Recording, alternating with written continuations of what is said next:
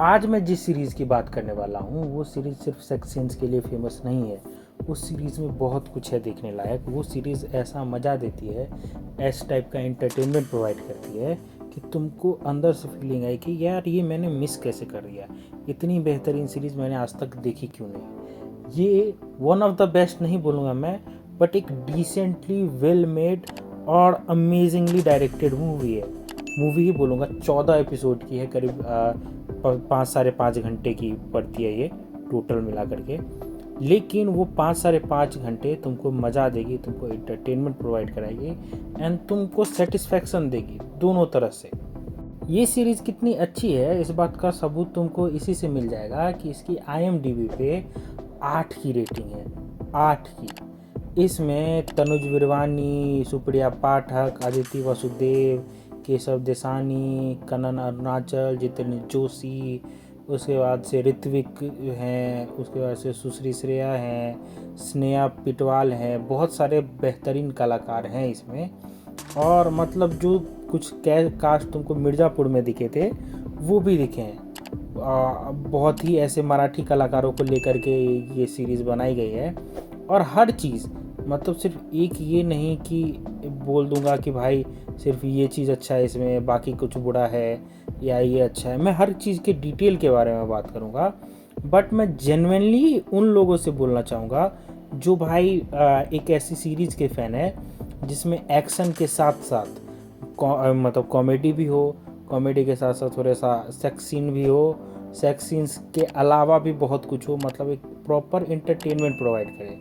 और इसमें जो मतलब दिल ले जाते हैं ना, जो बेस्ट कैरेक्टर मैं बोलूँगा वो है जितेंद्र जोशी, जो कि मधु भाई का कैरेक्टर प्ले करते हैं। इतना तगड़ा काम किया है उस बंदे ने, इतना तगड़ा काम किया है कि तुमको मज़ा आ जाएगा देख करके। भाई बहुत ही ब्रिलियंट। तनुज विरवानी और ऋत्विक का भी काम बहुत बेहतरीन है, बट मैं जितेंद्र जोशी का फ़ैन हो गया यार। मतलब गजब का काम किया उस बंदे ने। मधु भाई का कैरेक्टर प्ले करता है वो इस सीरीज़ में, बहुत तगड़ा कैरेक्टर है। होता क्या है कि ये जो कहानी डेवलप होती है ये मुंबई के गैंगस्टर वर्ल्ड पे बेस्ड कहानी है। इसमें होता क्या है कि कार्टेल सप्लाई होता है जिसमें रानी माँ यानी कि जो पाठक जी हैं वो लीड कर रही होती हैं। सुप्रिया पाठक इसको लीड कर रही होती है, वो मेन लीड में होती हैं। और उनकी फैमिली मतलब उनका सगा बेटा होता है जो कि ऋत्विक हैं, वो रोल प्ले कर रहे हैं। और तनुज विरवानी और जितेंद्र जोशी इसके लाइक रिलेटिव्स हैं, मतलब बहन के बेटे हैं शायद, मैं उतना अच्छे से याद नहीं कर पा रहा हूँ, बट बहन के बेटे हैं उनके कुछ।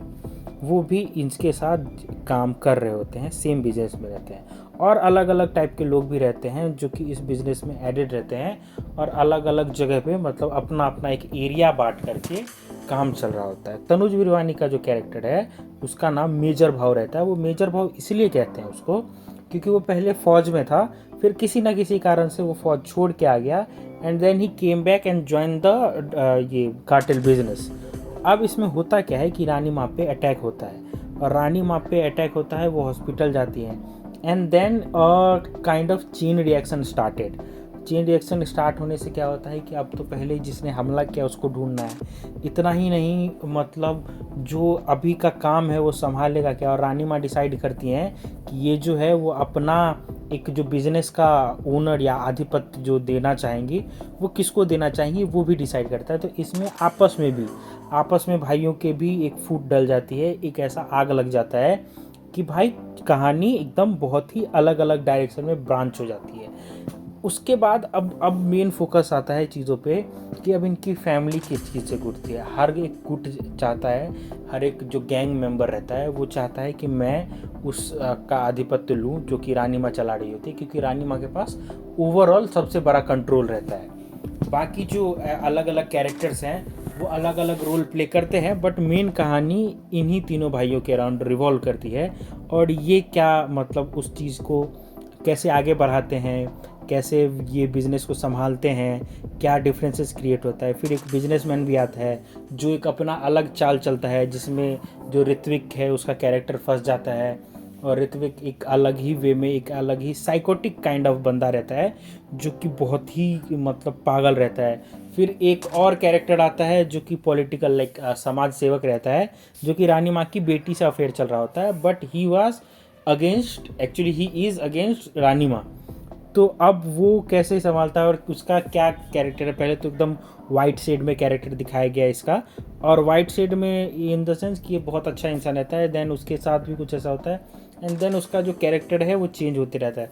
बहुत सारे दोगले चेहरे नज़र आएंगे, बहुत सारे गे कैरेक्टर, एक गे कैरेक्टर है, बहुत सारा नहीं है, ये वाला बंदा, यही बंदा है बस, ये गे कैरेक्टर है, और फिल्म प्रोड्यूसर दिखाया गया है इसको। तो मतलब जो कैरेक्टराइजेशन किया गया है ना, जो पर्सनिफिकेशन किया गया है लोगों का, वो एक बहुत बेहतरीन ढंग से किया गया है।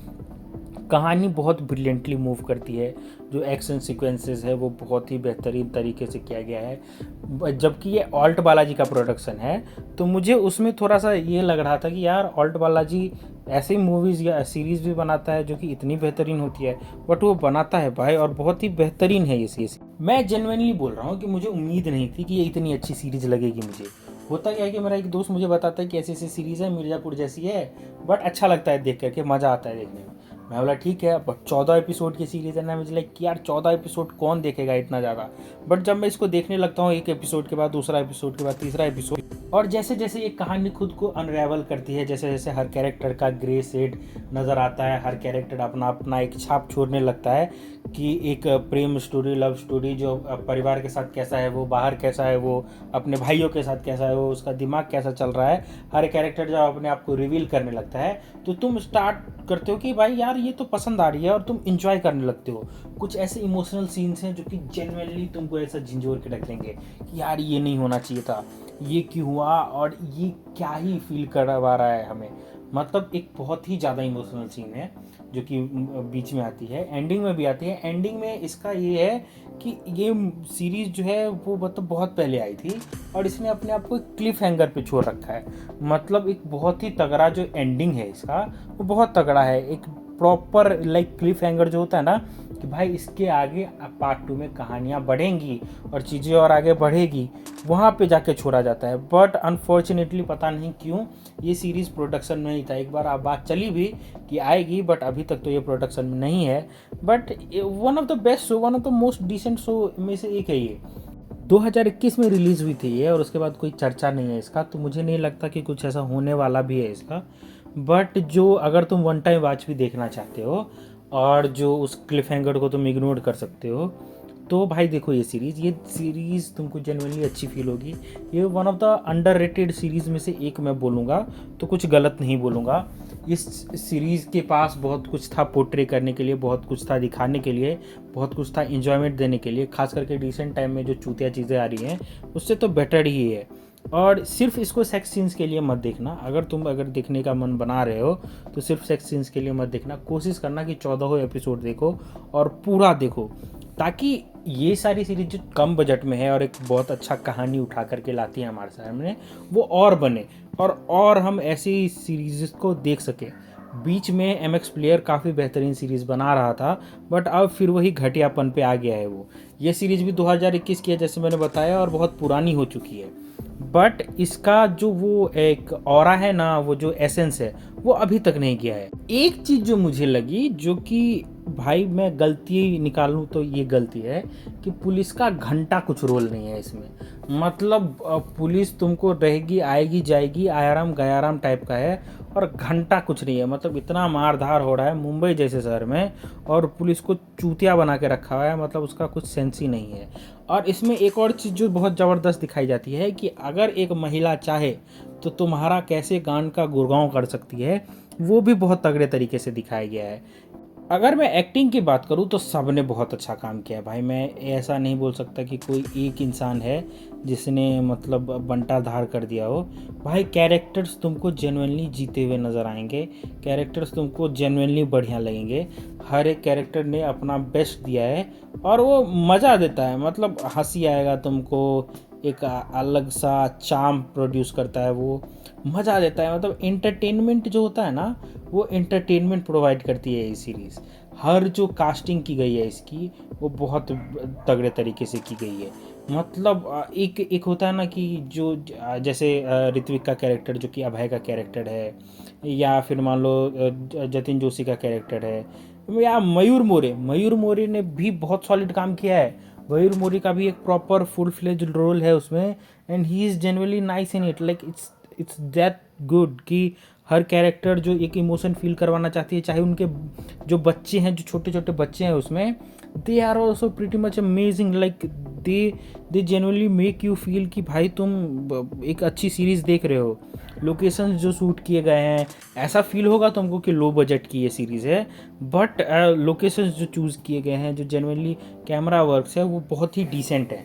मतलब कुछ भी ऐसा नहीं डाला गया है कि अनवांटेड अनविलिंगली कुछ भी शो कर दिया गया हो ज़बरदस्ती का कि भाई तुमको देखना है देखो, नहीं देखना है नहीं देखो, वैसा वाला सीरीज़ नहीं है ये मुझे इसकी सबसे अच्छी बात लगी कि ये अपने सेक्स सीन्स पे नहीं जाता है।